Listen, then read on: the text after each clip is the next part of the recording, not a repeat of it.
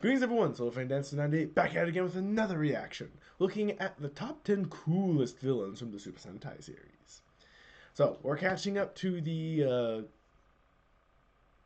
backlog of videos from the Tokotsu channel reviewer who does these videos. So I'm looking forward to seeing as we keep on getting closer and closer to his more recent ones after all the top 10 videos we've been catching up to. So, look forward to those as we continue on to check out some of his Super Sentai videos now. For 50 years, Super Sentai has had some of the most unique and interesting villains in the world. But who will reign supreme as the coolest of all Sentai villains? Today we're counting down the top 10 coolest, most interesting, most memorable Super Sentai villains of all time. And of course, let me know your picks in the comments.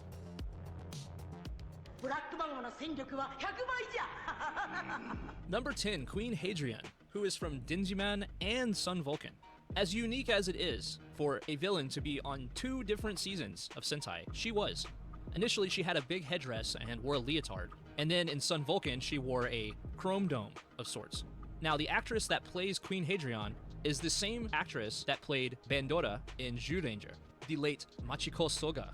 Now, she is based on the evil queen from Snow White, being that she is obsessed with beauty and wants to possess it. Number 9, Shingetsu Kamaoni. Now, he is based on a nine-tailed fox, a kitsune, and he just looks really, really cool, as do most things in a ninja, but specifically his mask. That it? Okay, that was it. Number 8, Hell Saturn from Sun Vulcan. Yes, it's the second character from Sun Vulcan on this list, but just look at him. He looks like a Japanese Darth Vader ripoff, but pretty damn cool looking nonetheless. Now, Sun Vulcan, I would never say it's the most visually dynamic of Sentai seasons, but Hell Saturn and Queen Hadrian steal the show with the way that they look.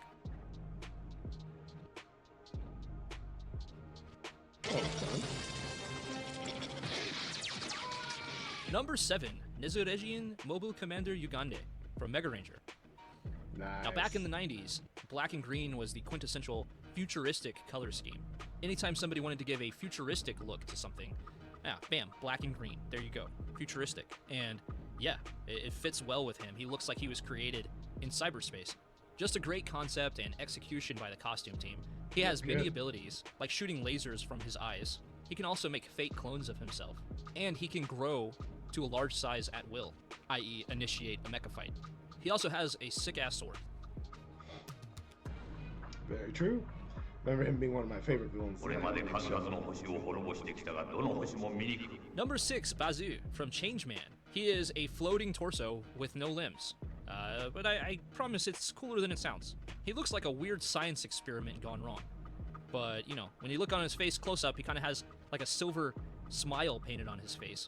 I mean, I don't even know. I'm trying to make him sound cool, but like, look at this dude. He's a freaking floating torso with no limbs. Painted silvery blue. Very, very cool. Also just plain creepy as a villain. Oof.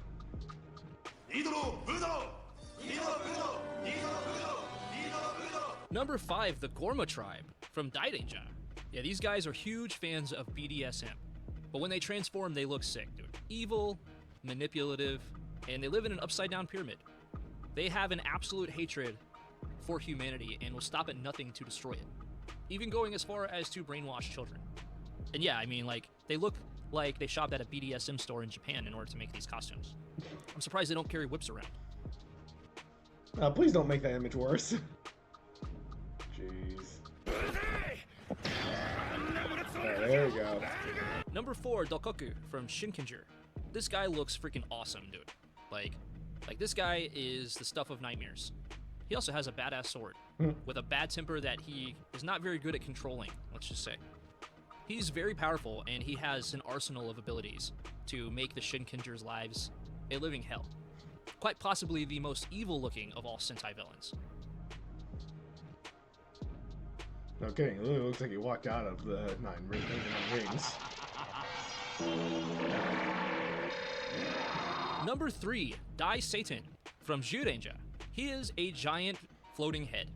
There's not really a whole lot of other ways to describe it. He's very angry, he yells a lot, and he has many powers including mutation breath and lightning vision. When this guy shows up, you know it's about to go down in Zyuranger. Hmm. Yes! Number 2, the Neji Rangers from Mega Ranger. I love the concept of a dark Sentai team, acting as opposites to the main team. And these guys have probably the most evil looking Ranger helmets in the history of Sentai. They are the anti-Mega Rangers, created by Dr. Hinada. They were killed, but actually refused to be dead. Back in the day, I already thought Mega Ranger was the coolest thing in the world, and then these guys show up and just bring it to a whole other level. They prove to be a formidable match to the Mega Rangers. No kidding, I remember the American version with Power Rangers in Space, man. These guys had, oh god, what was it like? 8, 10 episodes dedicated to trying to beat them back and actually defeat them all. I mean, and they even came back in Lightspeed Rescue. That was awesome. But you know, guys, not everybody can make this list. So here's some honorable mentions.